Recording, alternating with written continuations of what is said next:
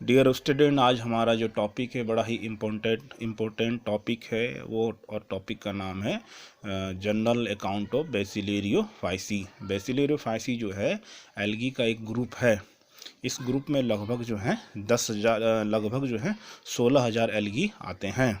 बेसिलेरियो फाइसी जो है इसके मेंबर्स को पॉपुलरली डाइटम्स भी कहा जाता है। बेसिलेरियो फाइसी को स्टडी करने के लिए हम इसको दो भाग में बांटकर पढ़ सकते हैं। पहले भाग में हम इसका थैलस स्ट्रक्चर समझेंगे और दूसरे भाग में हम इसमें सेक्स जो रिप्रोडक्शन है उसके बारे में डिस्कस करेंगे। इसका अगर अकरेंस की बात करें यानी कि कहाँ पर पाया जाता है, तो ये मोस्टली जो है एक्वाटिक एल्गी होता है। इसके अलावा कुछ डाइटम्स जो होते हैं टेरेस्ट्रियल भी होते हैं और कुछ डाइटम जो है एपिफाइटिक होते हैं। अगर एक्वाटिक की बात करें तो ये फ्रेश वाटर में भी पाया जाता है, चाहे नदी है, नाले हैं, पॉन्ड्स हैं, लेक है, ये सब जगह पाया जाता है। इसके अलावा कुछ डाइटम्स जो होते हैं वो मेराइन इकोसिस्टम में भी पाए जाते हैं, लेकिन अधिकांश ये फ्रेश वाटर में ही पाए जाते हैं। और कुछ एपिफाइटिक होते हैं। एपिफाइटिक का मतलब ये होता है कि कुछ जो डाइटम्स हैं वो अपने से जो बड़े एल्गी होते हैं उनके ऊपर पाए जाते हैं।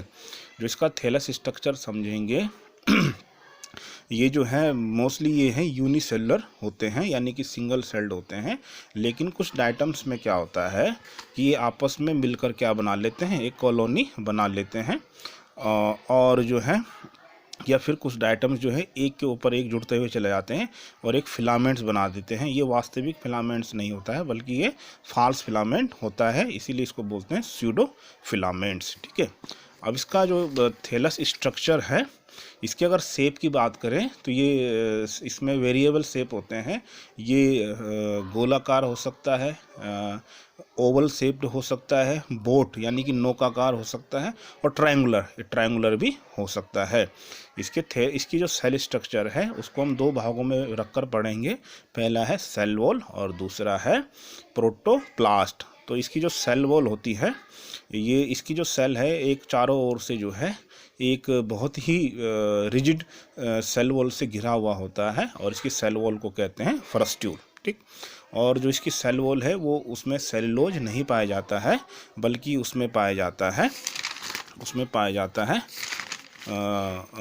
पैक्टिन। एक तो पैक्टिन होता है और दूसरा उसमें होता है ये सिलिका। ठीक है, सिलिका की मात्रा बहुत ज़्यादा होती है, लगभग अप टू 95% तक इसमें सिलिका हो सकता है। इसका जो फ्रस्ट्यूल होता है उसमें जैसे साबुनदानी होती है ठीक वैसे ही होता है। इसके फ्रस्ट्यूल के स्ट्रक्चर को हम समझने के लिए एक मोबाइल जो बॉक्स है उसका इस्तेमाल कर सकते हैं। ये है फ्रस्ट्यूल, इसका ऐसे ही फ्रस्ट्यूल होता है। एक नीचे का जो छोटा बॉक्स होता है वो बड़े बॉक्स में फिट हुआ होता है और इसमें बोलते हैं ऊपर वाले फ्रस्ट्यूल के ऊपर वाले पार्ट को बोलते हैं एपिथीका और नीचे वाले पार्ट को बोलते हैं हाइपोथीका। ठीक, तो इस प्रकार से इसमें दो थीका होते हैं, ऊपर एपिथीका और नीचे हाइपोथीका।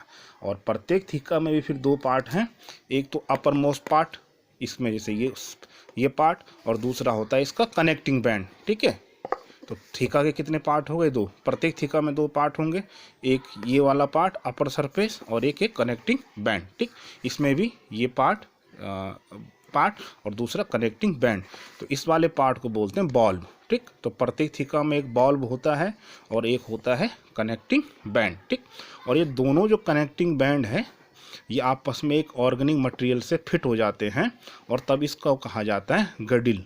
इसको ये जो स्ट्रक्चर आपस में जुड़ चुके हैं दोनों कनेक्टिंग बैंड, इसको कहते हैं गर्डिल। ठीक है, अब इसमें अगर हम इसको देखने के दो तरीके हैं। इसको अगर हम जैसा आप देख रहे हैं, अगर इसको ऊपर से देखेंगे तो इसको बोलते हैं बॉल्व व्यू और टॉप व्यू। ठीक, और लेकिन अगर इसको हम साइड से ऐसे देखेंगे इसको बोलते हैं साइड व्यू और गर्डिल व्यू। ठीक, अगर ऊपर से देख रहे हैं तो टॉप व्यू अथवा क्या बोलेंगे बॉल्व व्यू, क्योंकि बॉल्व की तरफ से देख रहे हैं हम।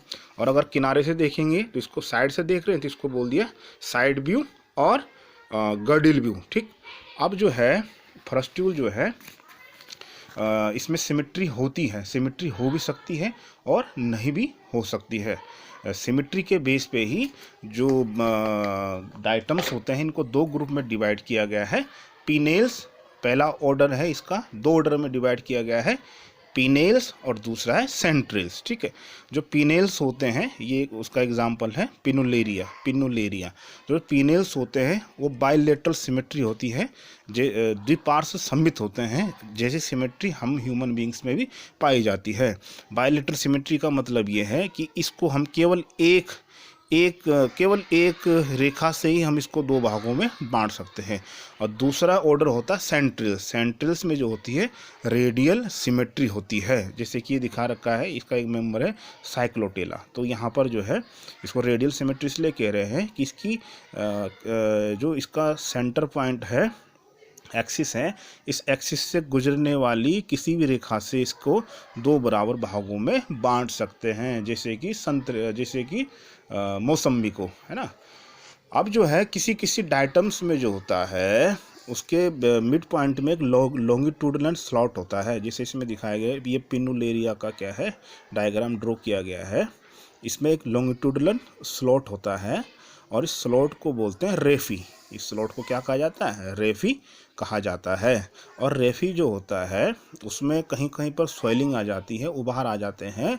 इसमें जो सेंट्रल स्वेलिंग होती है इसको कहते हैं सेंट्रल नोड्यूल, और जो किनारे होते हैं इनको बोलते हैं पोलर नोड्यूल। तो यहाँ पर हमने एक डायग्राम ड्रॉ किया है, ये पिनेल्स ऑर्डर का एक मेंबर है पिनुलेरिया, ये उसका टॉप व्यू है।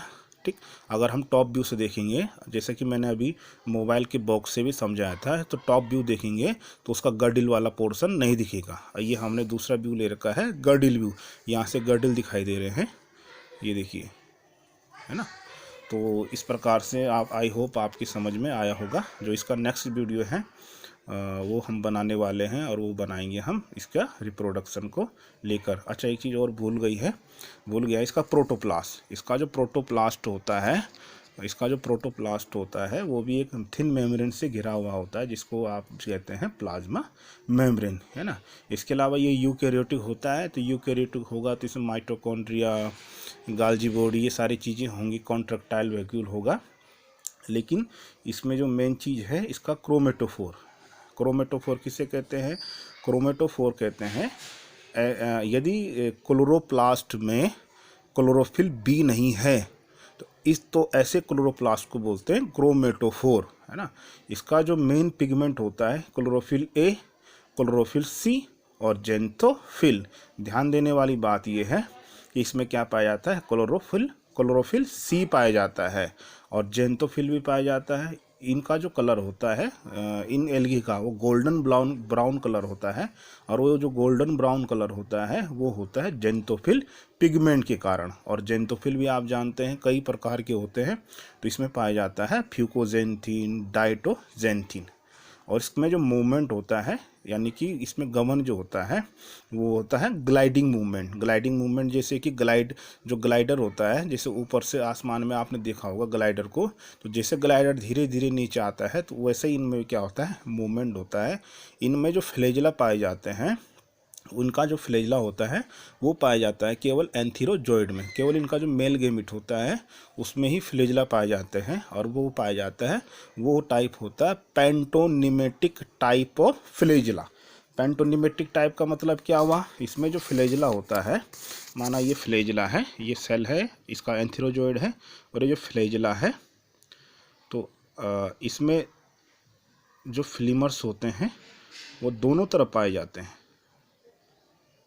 ठीक, तो ये दोनों तरफ पाए जाते हैं, तो इसको बोलते हैं पेंटोनिमेटिक टाइप ऑफ फ्लैजेला। क्यों कह रहे हैं, इसमें जो फ्लीमर्स हैं, ये जो कांटे नुमा संरचना है, ये दोनों तरफ पाई जाती है। ये वास्तव में है किस टाइप का, ये है टिन सेल टाइप का। ठीक, और टिन सेल भी कई प्रकार के होते हैं। कभी कभी क्या होता है कि फ्लैजेला में केवल एक ही तरफ क्या होते हैं, फ्लीमर्स होते हैं। इसको अलग, ये अलग प्रकार है, और इसका मेन टाइप है टिन सेल और सब टाइप है पेंटोनिमेटिक, क्योंकि इसमें फ्लीमर्स दोनों तरफ पाए जा रहे हैं। तो आई होप आपकी समझ में आया होगा। अब हम नेक्स्ट वीडियो बनाएंगे इसके रिप्रोडक्शन को लेकर। Thank you.